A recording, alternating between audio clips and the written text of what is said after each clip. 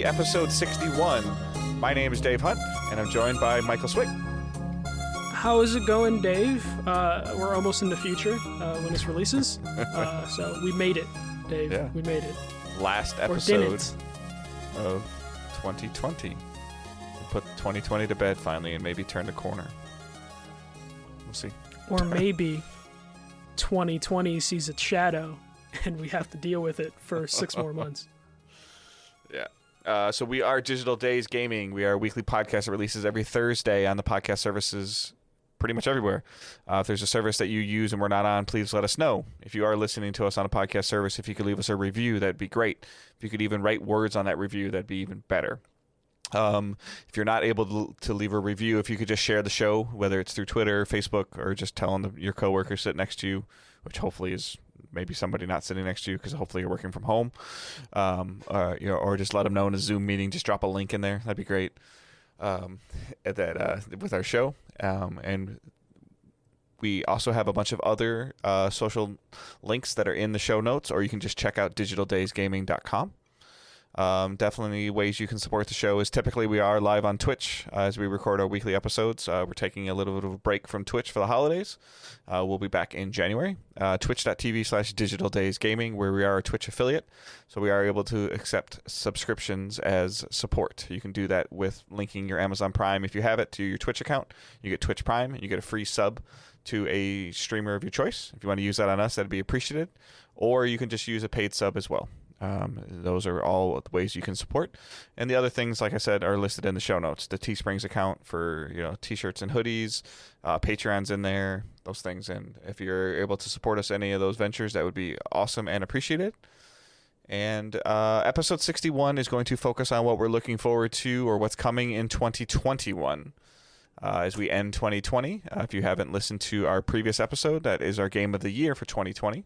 And biggest stories, the games that are top 3 games each, and then as well as feedback from the community about what they enjoyed.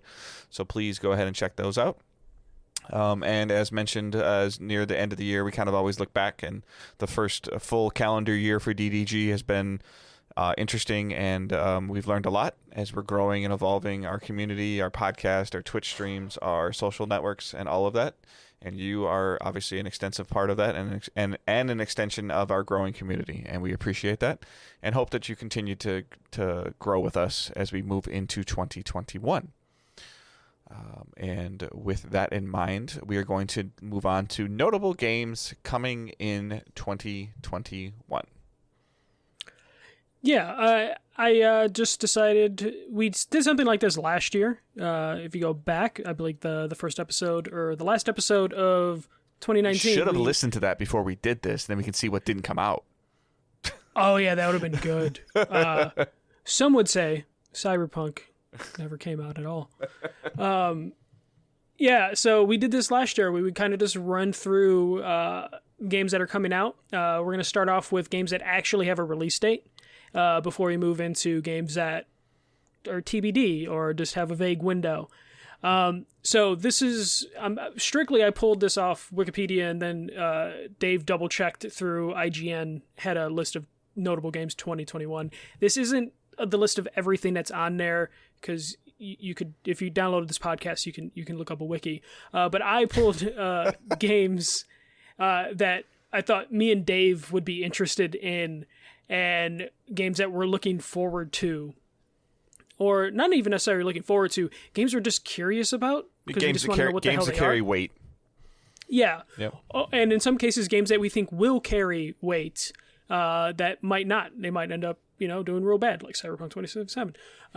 So to start off this list, which is a game I never really thought I would really get into, but 2020 was a weird year and I had a backlog. So Hitman 3 comes out in January, which we already knew going into this that the Hitman would be a trilogy, like the reboot would be a trilogy. The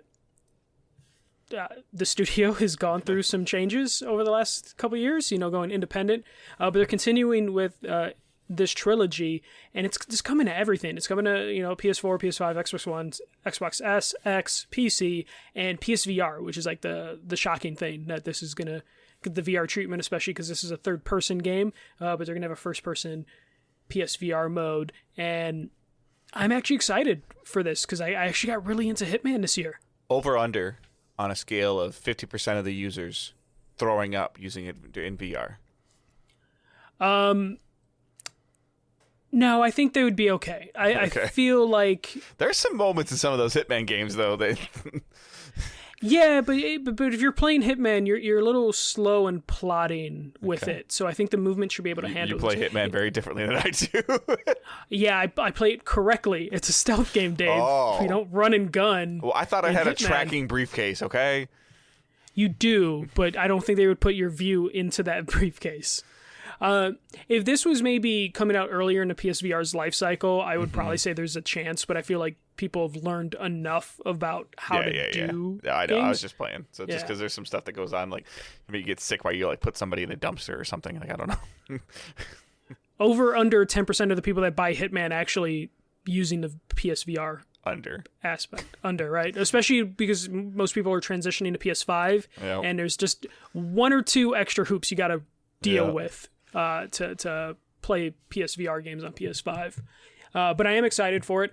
I could not tell you shit about the story of Hitman. Yeah, I play that game. Agent 47. I know he's got a barcode on his neck, and I know he's trying to get the people that gave him the barcode. That's what I know. I don't even think that's the story anymore. Like, I played the second one and part of the first one. And all I know is each mission, they're like, hey, kill this person. And then I'm like, okay, cool, let's go do this. Yeah, because, I mean, like you said, they've dabbled in some things that kind of tried to do like a live service thing with like contracts like coming up over time. And then it kind of did okay. They tried to do episodic version of it that didn't do as well. So I think that they were still trying to figure out, and then they decided just to go back. And I'm hoping that Hitman 3 is more like Hitman 1, where it's just here's the story, here's the beginning, the middle, and the end, and then maybe throw some random DLC on it later. So I think they hit the right thing with 2. So like 1 was completely episodic, where it was like a month or 2 apart from each episode. 2 was like, hey, we're still going to kind of do episodic, but it's just all there from day 1.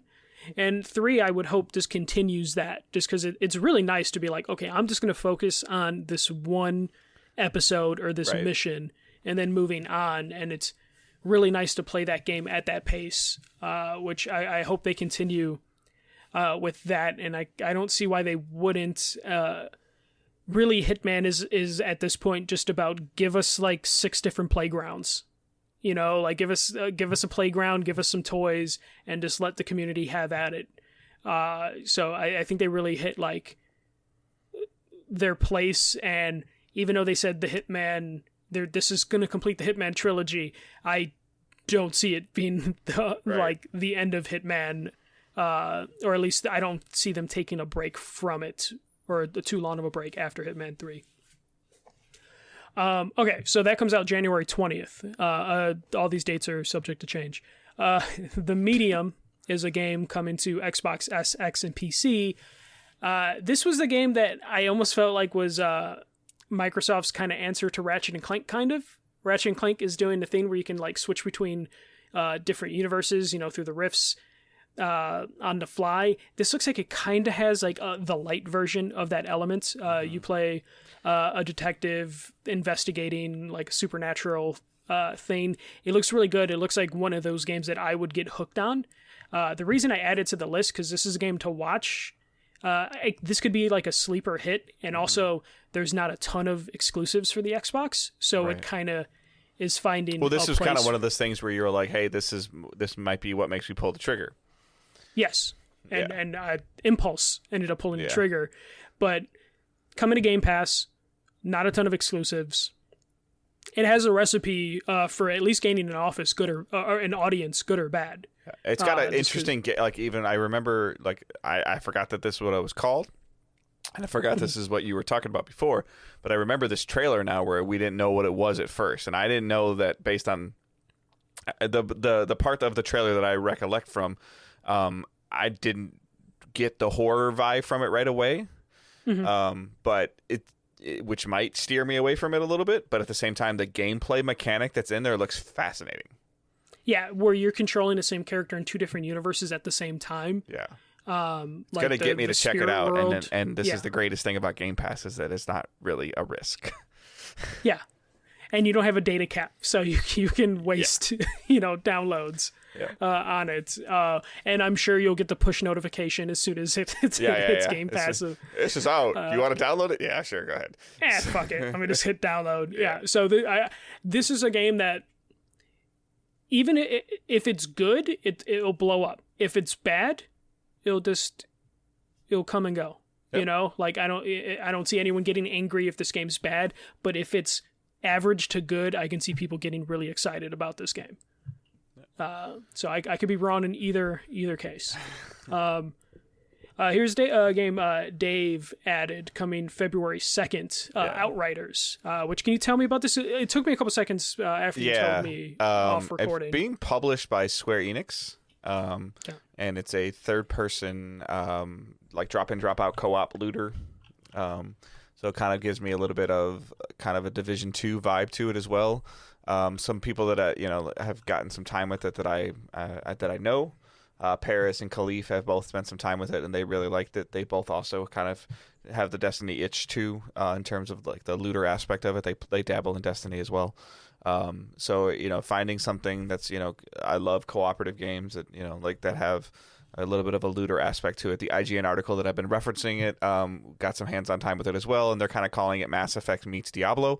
Both of those games don't really interest me from a Mass Effect standpoint and a Diablo standpoint, but the world of what they're showing in this game does grab me a little bit.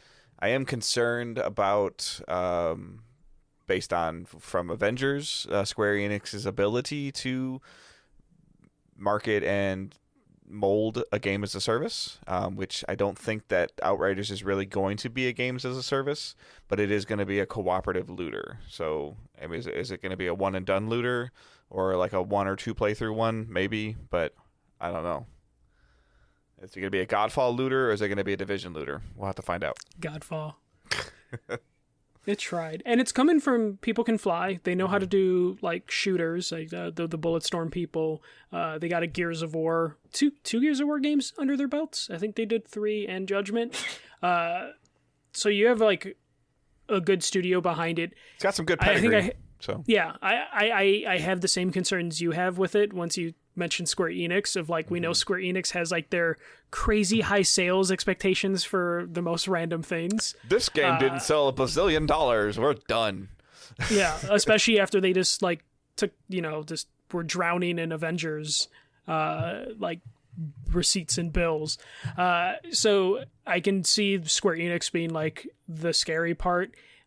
So this is going to be a game to watch that you're going to want the roadmap a month before release. So in a couple weeks, I would probably expect a roadmap.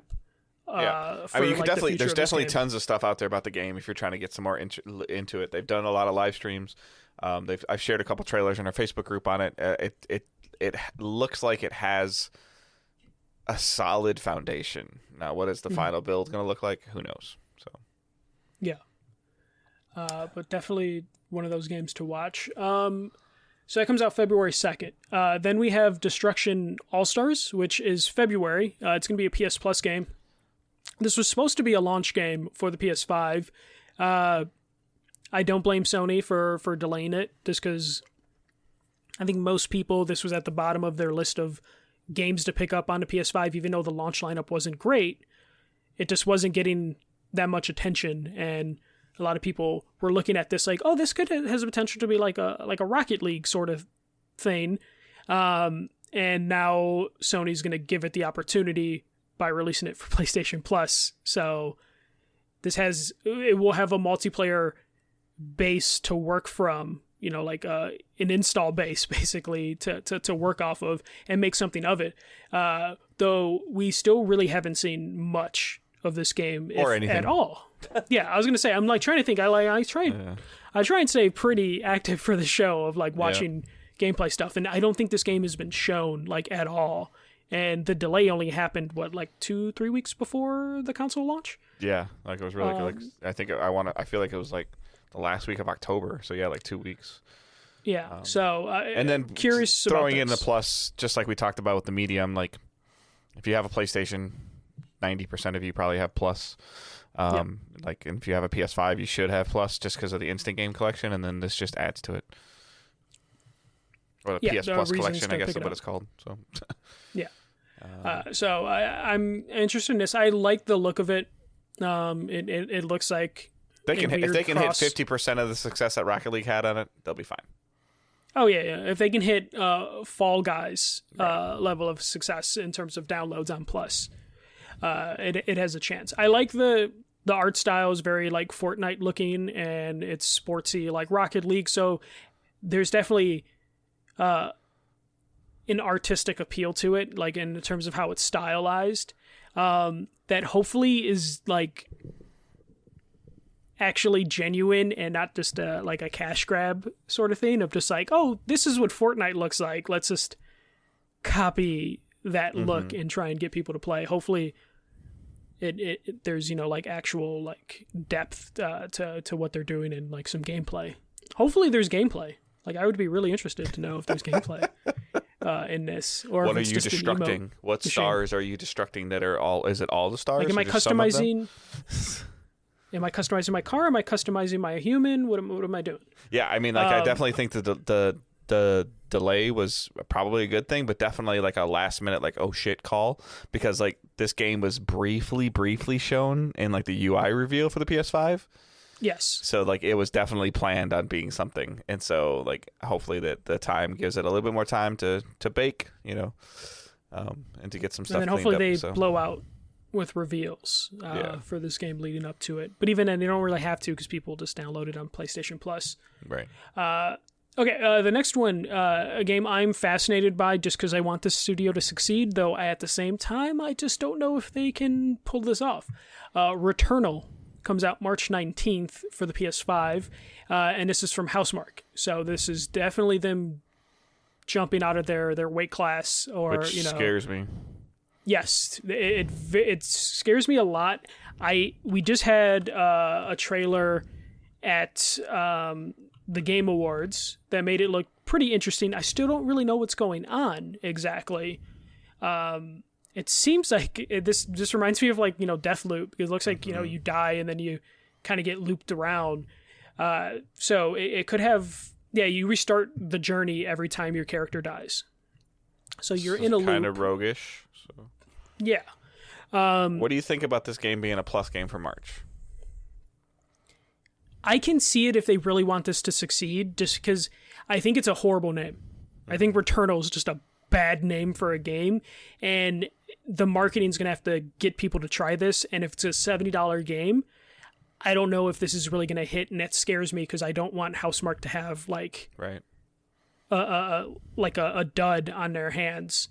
Like, this game will probably need some heavy marketing, because I think Housemarque can do gameplay. I mean, all their arcade games are fun, so I imagine some of that can transition to a shooter, a third-person shooter.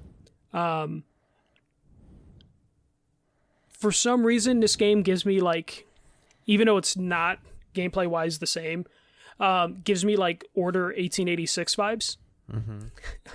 Of, like, here's, like, a studio trying to do, like, a AAA game, and will it quite hit? Is the marketing really there to show you, like, what this game is? I worry it's going to fall into that category, but I'm very hopeful that it at least hits, like, a Days Gone like level of success, where it sells like pretty well and the gameplay is like fine.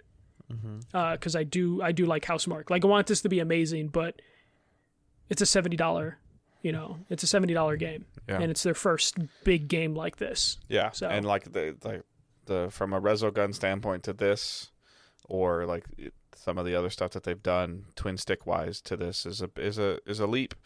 And can they execute it correctly? Can a studio can a studio pivot like that to top-down asymmetricals to this? Like, we'll find out. Yeah.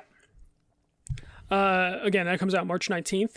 I put this on there even though when we talked about it during our episode 58. It Takes Two. I think you're interested in Takes Two. It's that the... It might be the only way I get my wife to play a video game with me, okay? Yeah. I've talked to a lot of people about this game, and they're all really excited, and Yeah. I just don't know if maybe in my head I'm just like, the developer kind of annoys me, so I'm just not interested. You have a hard too time much in separating. Like we talked last week's episode about where you like while you play a game, you feel more in the game than I do, and like. And I'm not saying you're right or I'm not saying you're wrong in terms of how you, but like you're like while you're playing the game, you're thinking about the guy that created the game. Like I don't give a damn about that when I'm playing the game. Yeah, I don't know why, but I feel like it only happens with this game where I'm just like, oh man, I hate like the Game Awards. Like, oh, here's the fuck the Oscars guy. Yeah. I'm just like, oh, like okay, he said that and he probably was a little drunk Because he's made okay, some cool. solid games. Yeah, I get. Well, Brothers was a solid game. I don't know about A Way Out. I don't remember many people like excited after that came out. But I don't know, when someone turns into a meme, I'm just kind of more questionable of what they put out. This could be great. I'll try it. That's why you don't like Backpack Kid either or Orange T-Shirt Kid. And I know that those are two of your role models. Absolutely. And, you know how hard it is to find orange T-shirts now? Like, oh yeah, it's probably super difficult. You're just like waiting for your kid to just randomly dance, so then you can be like, oh, good, this is gonna be it. This is it. yeah. I mean, the coolest thing about this though is that as an example, I could buy the game and you and I could play, and you could play from your house, and I could play from my house, and you don't have to buy the game. Yeah. So and that's always hopefully a cool crossplay. Thing, No, probably not, because it's probably crossplay maybe if I buy my own copy and you put your own copy, but I'm sure you can't crossplay with I agree. someone on a different platform. It's probably server side. So yeah, or you can't use the free copy with someone on a different platform. That'd be cool. Definitely something to keep an eye on. So yeah, I put this on here just because me and Dave really got into Monster Hunter World. I don't think Monster Hunter Rise is going to be that, but Monster Hunter Rise is coming to Switch. Switch is finally getting like its own made for the Switch Monster Hunter. Could be cool. I feel like after Monster Hunter World, Dave didn't give a shit about Monster Hunter before Monster Hunter World. Dave, you really like your Switch. You really like your Switch. Monster Hunter scratched an itch for me for a little while when some games were like in lulls, like Destiny was in a lull, Division was in a lull, and it scratched an itch for about 3 or 4 months for me. And then I did just completely move away from it.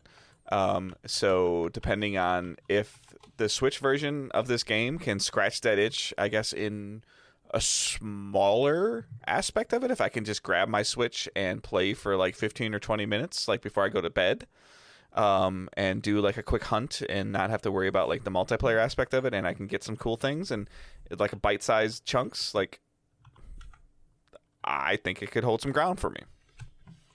Yeah, especially just I know it's dumb to still talk about like the portability of the Switch, because obviously that's a given, but just to have like a Monster Hunter on the go like it used to be in the PSP days is appealing, especially as I find myself just, my Switch exclusively stays out of the dock. Like and I try to put mine in the dock as much as I can. Yeah, I'm just always just like. But now I got those better grips, so I don't have as much of a problem. Except for Owen doesn't like them, so I have to keep switching them. Yeah, which I might have to invest in those because the Joy-Con drift is starting to become an annoying. Joy-Con drift is a thing. So yeah. So that comes out March 26th, so the same day as It Takes Two. Then we jump to May. I didn't really see anything, or towards the end of May. I didn't really see anything. It's okay. In April. Like Outriders will fit right into April. I'm just kidding. Yeah. Deathloop. I guess Microsoft published exclusive to the PlayStation. 2021, folks. 2021. Yeah. Deathloop is coming to PS5. This was supposed to be a launch window game for the PS5, but they delayed it. And then, Microsoft bought Bethesda, added some craziness, but they have some contracts that they clearly could not get out of, so it's still going to be timed exclusive for the PS5 and PC. I think it's a year. I think so. Something at least like 6 months, I'm sure. Yeah. I'm really excited about this. Everything I've seen about it looks really fun. It coming from a good pedigree, Arcane Studios. / Bethesda. I'm assuming, I guess Microsoft's money isn't flowing into the studio just yet. No, not at all. If at all. I don't, and then plus I don't know how much they're going to throw at this right now. Yeah. But if this is successful enough, then this could be a future franchise for Arcane, who are probably kind of done with Dishonored.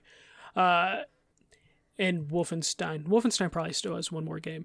Or is that Machine Head Games? Either way, Deathloop looks really cool. This is another game. I think we're going to see a lot of this just because of the SSD technology of like cool things they could do with like time loops and just like different things they can do from when you die, the game just instantly rewinding to a specific moment or back to the start of the game. We're going to see this with Returnal, which I'm guessing Returnal picked March just so they can get in front of Deathloop, because if they were coming around the same time, Deathloop has way more hype around it. But this looks really cool. I really love everything about like the art style we've seen in the trailers. I hope that's actually in the game.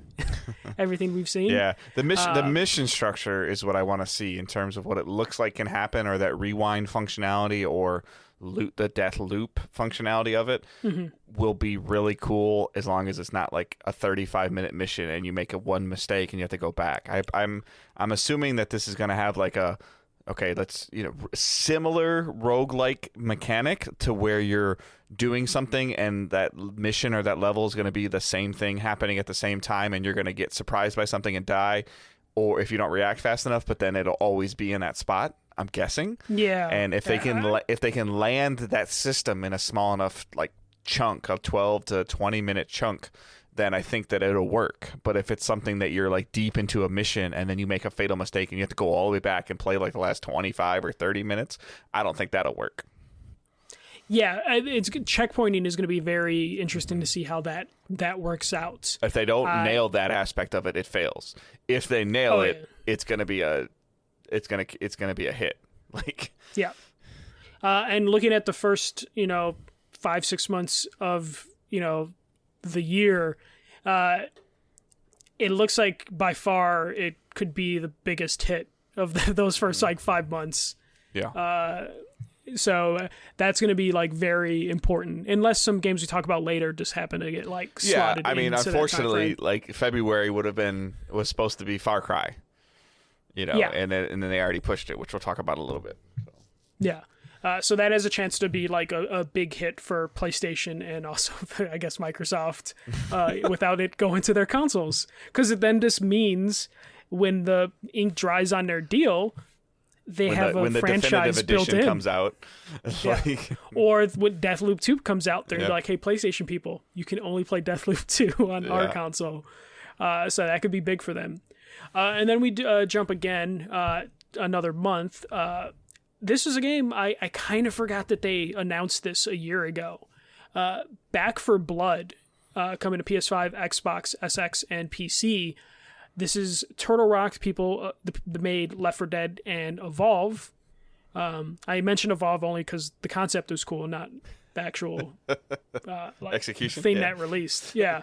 But this is the Turtle Rock just going back to what they know, and that's a first-person co-op game, a 4-person co-op game with hordes of zombies. And I didn't know if I necessarily needed that again, but after playing something like World War Z, which lacked a certain amount of polish, and having a really good time, I'm excited to see the people that made that genre famous go back into it on next-gen consoles. I'm really excited for it. People in the alpha seem to be really enjoying it. I have fond memories like of action. I've seen some clips of like action movie vibes. Like, yeah. One day I'll tell the story, but one time playing Left 4 Dead, my friend shit his pants, and that is burned into my head. Yeah, that's a Patreon episode right there, buddy. Yeah, that's a Patreon episode.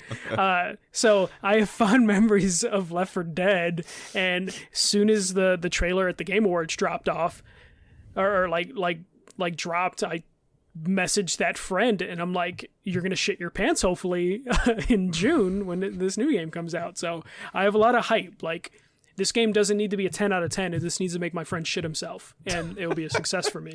Jeez. I put in the Dark Pictures anthology, which I don't think it has a release date. It's first half 2021, House of Ashes. So I believe this is the third and final game in the Dark Pictures anthology. The only reason I put this in here is Because Josh would kill you if he listens to it. It's not there. Yes, as if Josh listens. He listens when he's on the show. We're going to get some random tweet at the end of like 2022. Hey!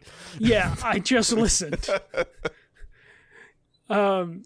So I'm excited for this. Little Hope didn't do as much for me as Man of Medan did, but this is one of those stories where I like to see the developer succeed because they're good at what they do.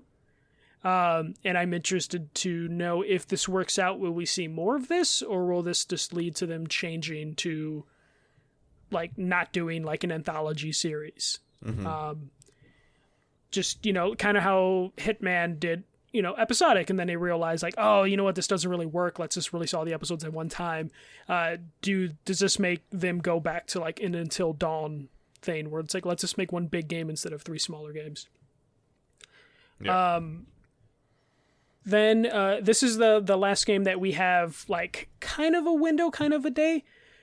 And that's Halo Infinite, which was delayed a couple weeks ago to fall 2021. I think it will come out. I don't know about you, Dave. Do you think it will come out in fall 2021? Yes. Or if anything, it's holiday 2021. Yeah. It'll get delayed too. No, it'll be out. Yeah. We haven't really talked too much about Halo Infinite, but they seem to be going through a bunch of stuff in terms of like changing creative directors pretty frequently, and the delay.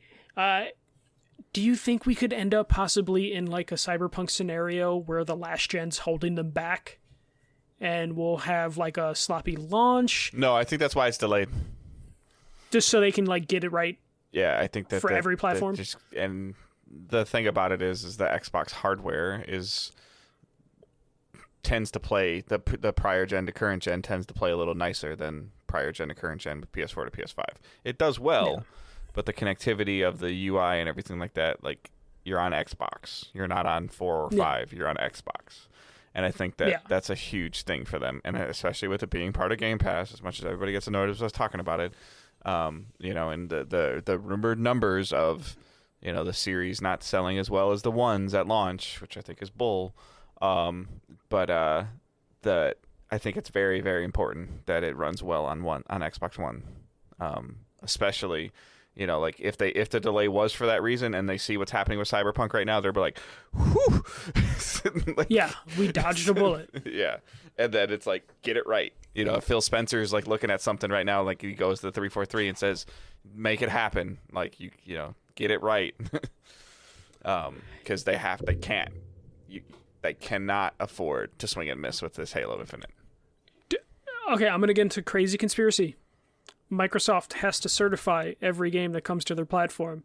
When Cyberpunk 2077 was in the certification process, did someone phone Phil Spencer and be like, yo, this game is fucked on the old platforms? And then he was like, you know what? We should delay Halo because we got to avoid this at all costs. Yeah, I mean, who knows? So, yeah, this will come out. Do you think they could cut the old versions if they need to? Like, no, because of Xbox's platform of like what the pedestal that they've been standing on, like this has to work. But what if they come out and if this has to run on my phone? Okay, so scenario: Phil Spencer tweets a yellow image with text on it that says, "Dear gamers, we've had to make the unfortunate decision to cut the Xbox One version, but there will be not a chance." Okay. Not a chance. So the only way I think that would happen, everything that they've been building with Game Pass and the platform, the platform transition they've been doing, and this is their, and I think again this is why this got delayed. Like if this was going to be something, I think that if they weren't so not standoffish, if they weren't so, I can't even think of the word right now, but prevalent on saying we believe in play anywhere, do anything, I think this game would have came out and they would have said, you know what, it just runs better on series. And, you know, but now like I think it has to. That what it showed, you know, didn't show well, and then they made the right call. Like they have to hit it. The free to play multiplayer, like they gotta hit it. Yeah, for the most part, I was joking, but man, it'd be crazy if they just come out or they say Project xCloud is now on Xbox One, and it's the exclusive place you can play Halo because you have to stream it because your system can't handle it. All right, so those are the games that kind of have dates on them. The next set of games are possible 2021, so no official dates, no official window really. And the list is Gotham Knights, which is a game I forgot about, and Dave brought it up on a list. It was one of the first games you brought up on the list. I don't know if you read it off. No. IGN It's something that's been it's on top of my list for next year. Like it's the top. Yeah, like I love the Arkham series, and I love the gameplay and the co-opness that looks like they're going to be having in this. Like, it's the top of my list. This is a day one must play for me. Same. Like even though I was tired of the Arkham games, this is like a different like spin on it in terms of this different characters. You're not just playing Batman, or you're not playing Batman. Period. I like the characters that they're doing. You're the 3 Robins and a Batwoman. Yeah, I'm super interested in this. I mean, it's Warner Brothers Montreal, so the Origins team, which wasn't like the best one, but they haven't done anything since Origins, so it seems like they've been taking their time with it. So this could be really good. And Suicide Squad's not 2022 till 2022, right? Yeah, and that's Rocksteady anyways. Rocksteady, so like this will have its own breathing room, so it's not like this is going to come out and then Suicide Squad's going to come out like a month later and like destroy any chance it has. So yeah, I'm with you. Gotham Knights is probably going to be at the top of my list once it gets dated. You mentioned earlier Far Cry 6. That was delayed to an undisclosed day, right? That was when Ubisoft basically delayed like 3 things, right? Yeah, they just said it's not going to be ready and it's going to come out sometime in our physical 2021 year, which is March 21 to March 22. Yeah. This looks could be interesting. I like the actor that they got for it. You like the Far Cry series more than I do. Is there anything particular you're looking forward to, or you just want more Far Cry? The over the top aspect of the first person shooters of Far Cry, and just it sounds niche, but it's what they've been doing. I just love that the villain's the focal point. Like and they've done some really good things with. I mean, to believe it or not, 5 is really kind of like the first aspect of Far Cry that I've been into. I have 3 and 4, and I just haven't gone back and played them. 5 and New Dawn both hit a good mark for me. Like the shooting was good, and I liked the world and the little loops that it offered. It wasn't without its problems. I still need to see a little bit more about 6 to see if it's just going to be more 5 in a different location. That might not do it for me, but we'll see. 5 at least made you hopeful for the future of like if they continue this, because your only problem with 5 is they just didn't go far enough, right? Yeah, and then the world got very dull as you cleared it out. And I think that's just their fault for setting it in Montana. Yeah. So. No offense, Montana. Not the most exciting state to do something in. It was Montana, right? Mm-hmm. Yeah. Okay. Then we have Resident Evil Village. Or 8, based on how Capcom did that logo. I only put this on the list because I know a lot of people love Resident Evil. I'm not the biggest Resident Evil fan, but my friends that like Resident Evil really love Resident Evil, so I'm just happy they get a Resident Evil game. I enjoyed Resident Evil 6 as an action third-person shooter. You're one of the only ones. Yeah, and that's just the kind of games that I like. The 7 Biohazard and the VR, nope, I'm good. I have the VR. I just have to sit down and tough it out and go through it in VR, even though I'm a coward. I need to figure out what I need to do with my VR headset because I haven't used it in a while. I need to order my dongle. I do too. I keep forgetting to do that. This won't have VR as far as we know, which is a shame, but just put it on there because I know people really like it. It's a marquee franchise, so. Yep. A game I think both of us are excited for, Ratchet and Clank, is early 2021. Yeah, right. So I think they'll hit. No Miles way. Morales was a small enough game that I think Insomniac can push this out.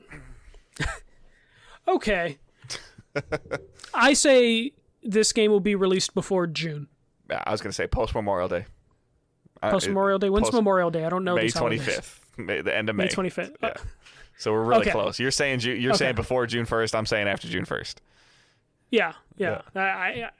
I think they can pull it off, especially. If I win, you have to eat mashed potatoes. Sure. Okay. Just kidding. I was like, I've accidentally eaten mashed potatoes before. There's not much to say with this other than it looks good. Like this is that. Yeah, I mean, SSD this more Ratchet and Clank demo on an SSD, switching between dimensions, crazy guns, crazy aspects, and just a whole bunch of stuff on the screen, and just having a blast with Ratchet and Clank banter. Like, sign me up. I'm good. Yep. Hey, it's Insomniac can have fun with it with new toys. Yep. The only concern I have is the size and scope of this game. Mm-hmm. Like, is it going to be like a full size Ratchet and Clank game? Is What's it going to be a full size Ratchet smaller? and Clank though? Is it a 12 to 18 hour experience? Yeah. Is it going to be Okay. like a 12 to 18 hour experience, or is it going to be like how Miles was a shorter experience than Spider-Man was? Like it's like half or 1/3 the size in terms of like how much time you spent. Like, will it be something similar like that? Since Insomniac isn't the largest studio, Right. so like, how could they push Miles out this past holiday and then push out Ratchet and Clank 6 to 8 months later? Mm-hmm. And then here's a game I put on this list just because I don't know when it will come out. Same reason. Gran Resident Evil's on the Turismo. list. Yeah. Marquee I have more franchise. faith. I have faith Resident Evil will release. I don't have faith that Gran Turismo 7 will release. I Over kinda under actually, how many delays? I do, like, because it's been a long time since Gran Turismo Sport, and the thought that they were I feel like the lack of support that they've been giving to Sport. Now, to be fair, I haven't really been paying 100% attention to it, but it doesn't. I believe appear they for the support last... it. I'm sorry, but it doesn't. I believe they did support it well, okay, but it just the lack didn't... of additional content the last 12 to 18 months. Okay, would that lead me definitely to is, like, slowed down. me to believe that this game is much closer than because I think if it wasn't close, they would be adding a couple more things to Sport. They haven't even talked about Sport running on PS5, and I feel like the games that aren't running, like if 7 wasn't closer, then I think they would be pushing Sport on PS5, and I think it would have been part of the Instant Plus collection. Unless it sells well enough that they don't feel they need to put it on the collection. But yeah, like, do you see, just because it's, not to be mean to the Gran Turismo franchise, do you see it getting a date and then getting delayed? No, I don't think Sony will date it until it's ready, because they know that. Okay. So they have learned from, like, their past of Gran Turismo games. From Gran Turismo, yes. We also watched them do a Last of Us event with the date printed and banners and then delay it, like, the next week. Yeah. COVID definitely didn't help with that situation. I guess we'll probably also still have to deal with the effects of COVID in terms of, like, how much it's going to have a 12 to 18 Yeah. year effect on gaming in general as people get as they go back to the studio. Is it safe to go back to the studio? Is it worth going back to the studio? Yeah. So 12 to 18 month, you mean, right? Yeah, 12 to 18 month. Okay. Yeah, you said year, and I was just like, No, for sure. 12 to 18 month post, it's safe to go out. Air quotes, it's safe to go out. So most of these games that we talk about, they might get delayed once or twice. They almost get, I feel like every studio gets one, like one delay basically of just like, you know what? It's 2020 sucked. So you get one delay that you can do and blame 2020. But then after that, it's on you. Like, don't date games. God of War, Ragnarok, I believe was said 2021. I don't believe it, but this is part of why I think Ratchet and Clank isn't coming too either, because now you're talking about something's got. I mean, can they truly release, like, okay, let's exclusive to PS5, Returnal, GT7, God of War. We haven't talked about it yet, but Horizon and Ratchet and Clank all in 2021. That's 5. Yeah, and Deathloop. Like, they would cannibalize each other at a certain point. I mean, right? that's 5 Sony exclusive studios releasing 5 games, 5 separate studios. Yeah. I understand that they're separate studios. I'm leaving Deathloop out because Deathloop is made by a third party. But, or even if we add Deathloop, that's 6. That's a game every other month. Like, something's, like you said, something's going to hurt somewhere. Yeah, like, it's just realistically, Not even if all 6 games are great. something's going to hurt somewhere in a sales aspect of it, because the average consumer can't be dropping $70 every 2 months. Yeah. Like, I love PlayStation. Like, I buy every one of their exclusives. It would be tough for me to be like, I'm dropping $70 on 5 different PlayStation exclusive games with all the third parties. Mm-hmm. So realistically, Sony would do a spring, summer, and fall / holiday game, right? Like marquee games. Oh, I mean, if you really asked, like, a perfect scenario for them would be like Ratchet and Clank in March or April. I would say Horizon probably in June or July, and then God of War in October, November. Yeah. But then, like, slipping a Gran Turismo in there would be difficult. If they release Ratchet and Clank in March, that would probably mess up Returnal and would probably have an effect on Deathloop, which I guess Sony probably doesn't even have a stake in Deathloop anymore because it won't matter in the end. It's just a lot. Like, I'm sorry, it's a lot. Yeah. Something's got to give somewhere, and that's why I think it's going to be Ratchet, because they've already said that Horizon's going to run on PS4. Yeah, so you want to push that out sooner rather than later. Yeah. Realistically. And that means you push Ratchet back. I can see. And I don't think. And then, like, right now, like 6 months ago, if you would have asked me if God of War 2 or God of War Ragnarok is going to run on PS5 only, I would have said yes. But then after all this stuff with Horizon and Spider-Man or Miles Morales, like, there's a part of me that thinks God of War might be built for PS4, which I feel like pushes Ratchet farther down the list. Yeah. Well, either way, like, I'm excited for God of War. I'm excited for Horizon.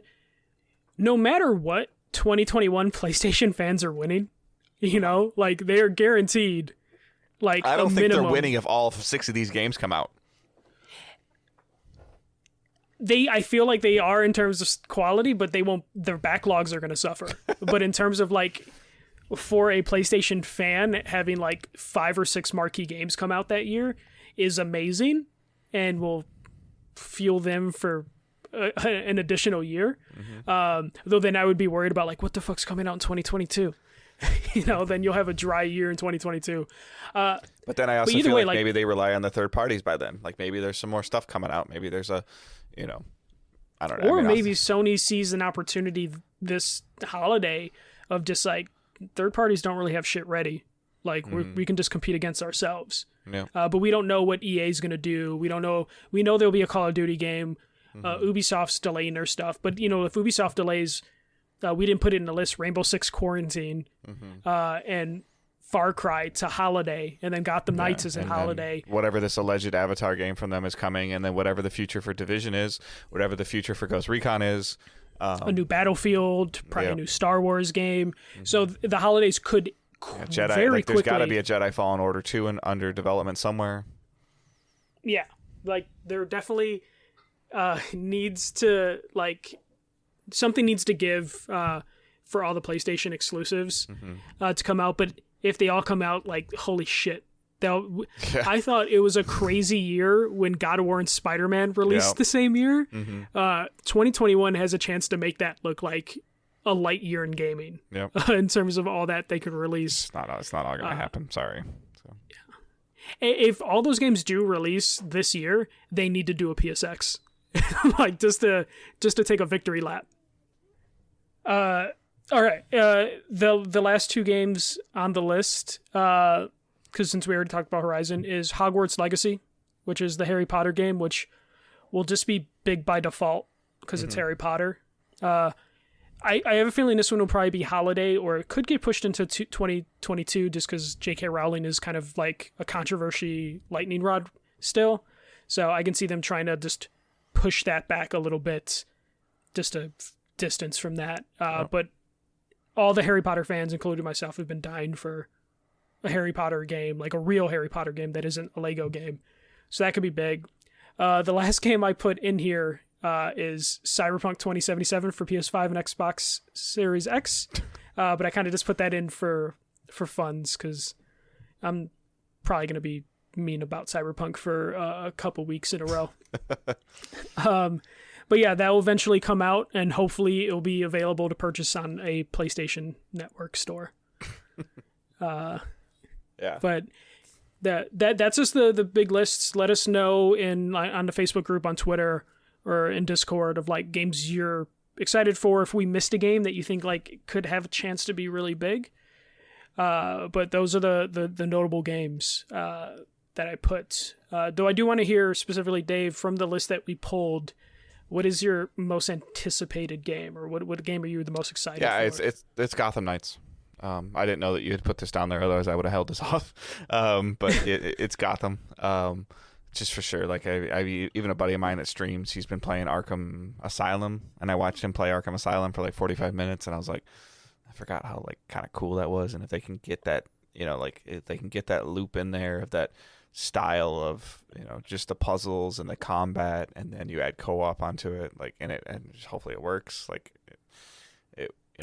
also the co-op doesn't seem like it's taking itself too serious. Because you could pick the same character. Yeah. So you don't have to worry about like you and your friend both wanting to be Nightwing and then being like, shit, well, I'm gonna have to. I guess I'll pick Robin. Yeah. Like it sounds like you could pick whoever you want based on your character. Which makes me hope that it doesn't have like the Far Cry problem of just like you can't progress your own story through your co-op partner. So hopefully like that aspect is good. But yeah, I agree. Gotham Knights pretty big. I put God of War just because I really love the first God of War, or the first of the reboot or whatever you want to call it, continuation. God of War 2018. Yes, God of War 2018. I'm looking forward to that, especially the way that game ended. It left the door open for a ton of cool stuff. Yeah, for sure. Though I wish they didn't name it Ragnarok, because it kind of just gives you like it tells you everything you need to know about it. But then I also put back first. If you played the God of War till the end, you kind of knew that was coming anyways. yeah. But by naming it Ragnarok, you know exactly what that means. So it's just like, okay, you couldn't have saved a little something. And then I put Back 4 Blood, just for the reasons that I mentioned earlier. I want to find out my friend shit his pants while playing it. So I'm just gonna look forward to that. I might have to send him a good pair of headphones because we're gonna have to do this remotely, as opposed to local. But yeah, those are my two most anticipated games. These headphones are for your butt, sir. The other ones are for your ear. Yeah, I just need to know, like it happened because a boomer came flying at you. I need to know this. All right, so we did also ask our listeners and community for their picks as well. And we got a couple of those in the Facebook group. Please feel free to continue to add them and continue to be part of the conversation on the Facebook group or on Twitter or Discord. All those links are in the show notes. Matt Lowe, his most anticipated is Stray. I don't know anything about this. That's the one. It was like kind of cyberpunky robot future, but there's like a cat with a backpack, and people just are. I'm excited because I think you're going to be able to play as a cat with a backpack. It seems like your messenger cat. I think it was in the first PlayStation 5 reveal event. Okay, yeah, maybe. Yeah. Stefan Wren, his most anticipated is Horizon Forbidden West and Far Cry 6. I love both of these franchises. Yeah, but on the pace that you're going, Steph, you're not going to be playing these until like 2023, dude. Hey, his plan of waiting on games. He's got more diligence and patience than anybody I've seen. I know, but it probably means he's going to get the best cyberpunk experience because he'll play it in 2022. So I respect that. Yeah, he doesn't.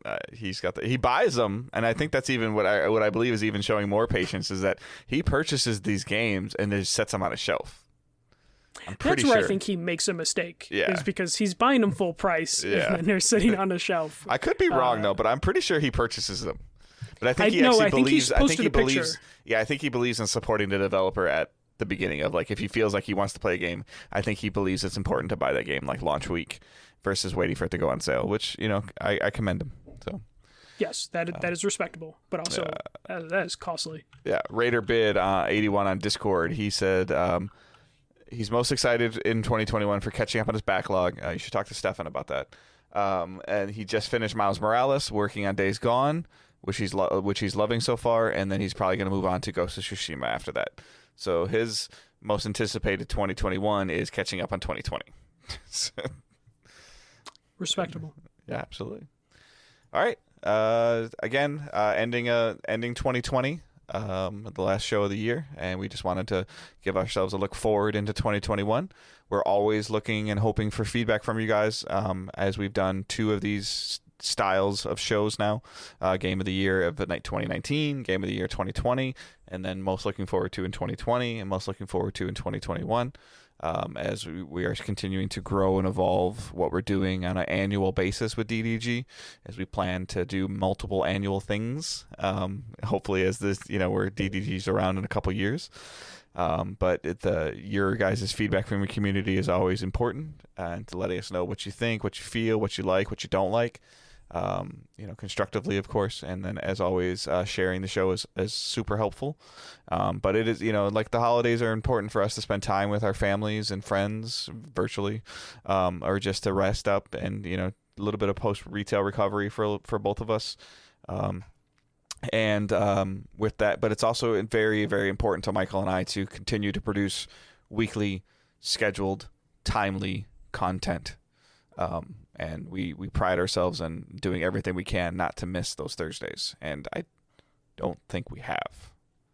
No. So, and it's, going on 61 consecutive weeks with a couple of bonus things in there too. So in the 14 months the DDG's been around, we've produced 80 pieces of unique content from the audio feeds, and we would love to continue to grow that in 2021. And any way that you are able to support us and help us in that is always appreciated, whether it's a Twitch Prime sub, a Twitch sub, a PayPal direct donation link, a follow, a like, a heart, a tweet, or supporting us on Patreon. Any of those things help grow DDG. Buying a t-shirt on Teesprings, buying a hoodie on Teesprings, any of those things help us to continue to grow and evolve DDG into 2021. And please let us know what else you would like us to see from us, see us do, whether it's on YouTube, on Twitch, hear us do on a podcast. We would love to grow and to evolve what we're doing, and it still has been just an absolutely amazing experience. 2020 has been a weird year, but the escape from reality and the consistency of sitting down with Michael weekly and talking about games and playing video games has been part of what keeps the routine going for us. So we appreciate you guys willing to listen to that. Yeah, we definitely appreciate you guys supporting and listening. But also, it's a new year, so if you have any ideas for where you want to see us take this show, if you have any ideas of guests that you'd want to see on the show, definitely let us know, and we'll see if we make it work. We know Josh is always our most requested guest, so we'll try and get him on a couple more times, more than 2 times. I think we've had him on twice. Sounds about right. So I don't know if it's been once a year. I think it's been we had him on twice this year. I don't know, 2020, it's been a long year. But we'll try and have him on a couple more times. But yeah, just let us know. Feedback, features, what do you guys want to see? Is there a game or platform that we're not spending enough time with?